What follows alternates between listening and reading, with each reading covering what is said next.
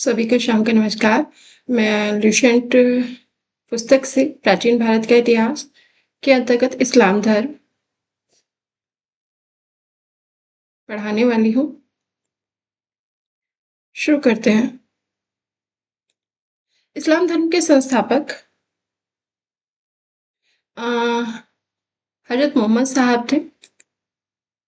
हजरत मोहम्मद साहब का जन्म 570 ईस्वी में मक्का में हुआ था। हजरत मोहम्मद साहब के पिता का नाम अब्दुल्ला और माता का नाम अमीना था। क्या था माता का नाम? अमीना। पिता का नाम अब्दुल्ला और माता का नाम अमीना था। इनका जन्म कब हुआ था? 570 ईस्वी में। कहाँ हुआ था? मक्का में। ठीक है। हजरत मोहम्मद साहब को 610 ईस्वी में मक्का के पास हीरा नामक गुफा में ज्ञान की प्राप्ति हुई। इन्हें भी ज्ञान की प्राप्ति कहाँ हुई? घर से बाहर हीरा नामक गुफा के पास एक गुफा में ही इन्हें भी ज्ञान की प्राप्ति हुई। ठीक है। 24 सितंबर 622 ईस्वी को पैगंबर की मक्का से मदीना की यात्रा इस्लाम जगत में मुस्लिम संवत के नाम से जाना जाता है। अगर बात करें कि जो इनका ज्ञान प्राप्ति है तो कहाँ हुई इन्हें? तो वो हुई है मक्का के पास हीरा नामक गुफा में। और 24 सितंबर 622 ईस्वी को पैगंबर की मक्का से मदीना की यात्रा, जब इन्होंने मक्का से मदीना की यात्रा इस्लाम जगत में मुस्लिम संवत के नाम से जानी जाती है। अर्थात 24 सितंबर 622 को पैगंबर की यात्रा के याद में हिजरी संवत के नाम से जाना जाता है। कौन सा संवत है? मुस्लिम संवत है, हिजरी संवत। ठीक है।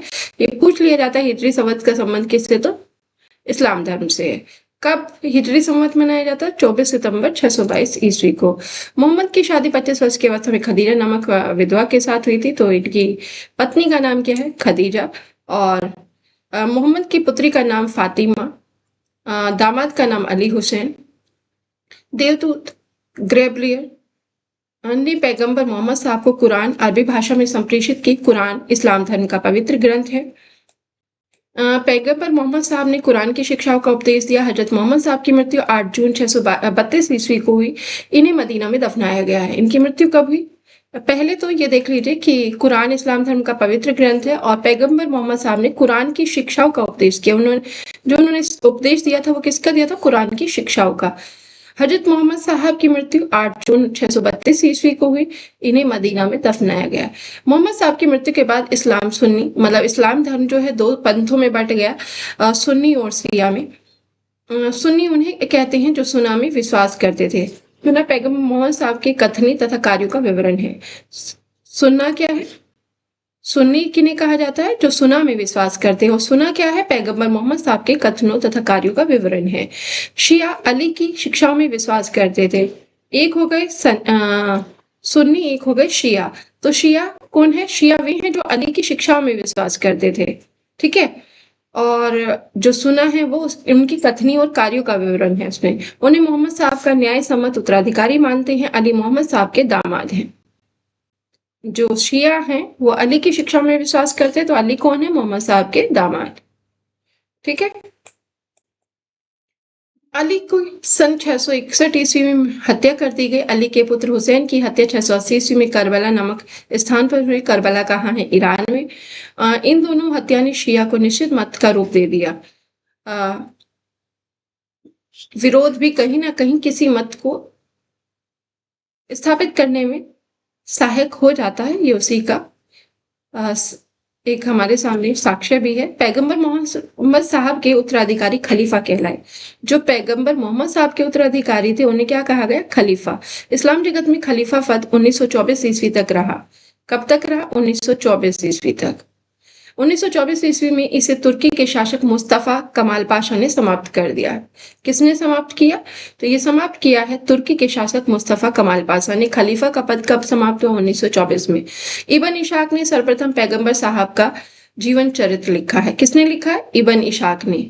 और 1924 में जब खलीफा समाप्त किया गया उस समय भारत में क्या हो रहा है, यानी कि भारत की राजनीतिक व्यवस्था में क्या हलचल हो रही है, ये आपको यहाँ लिंक कर लेना है।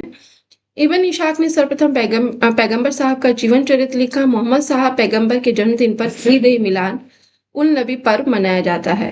यानी कि ईद ए मिलाद कब मनाया जाता है? तो मोहम्मद साहब का जो जन्मदिन है उसके आधार पर। ईसाई धर्म ईसाई धर्म के संस्थापक ईसा मसीह। ईसाई धर्म का प्रमुख ग्रंथ है बाइबल। ईसा मसीह का जन्म जेरूशलेम के निकट बेथलेहम में हुआ था। बेथलेहम नामक स्थान पर हुआ। बेथलेहम नामक स्थान पर हुआ। ईसा के जन्म दिवस को क्रिसमस के रूप में मनाया जाता है। ईसा मसीह के पिता का नाम मेरी और ईसा मसीह के माता का नाम मेरी और पिता का नाम जोसेफ था। ठीक है, ईसा मसीह के माता का नाम मैरी और पिता का नाम जोसेफ था।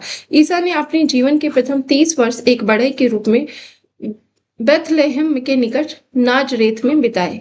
किसके रूप में बिताए? बढ़ई के रूप में। तो यानी कि पूछा जाए कि ईसा मसीह अपने जीवन के प्रारंभ में क्या करते थे, तो बढ़ई का काम करते थे। ईसा मसीह के प्रथम 2 शिष्य एंडोस और पीटर हुए। कौन है? इनके शिष्य एंडोस और पीटर है। ठीक है, ईसा मसीह को सूली पर रोमन गवर्नर पोंटियस ने चढ़ाया था। यानी कि ईसा मसीह को सूली पर चढ़ाया गया और किसने? रोमन गवर्नर पोंटियस ने चढ़ाया था। ईसा मसीह को 33 ईस्वी में सूली पर चढ़ाया गया। कब चढ़ाया गया? 33 ईस्वी में।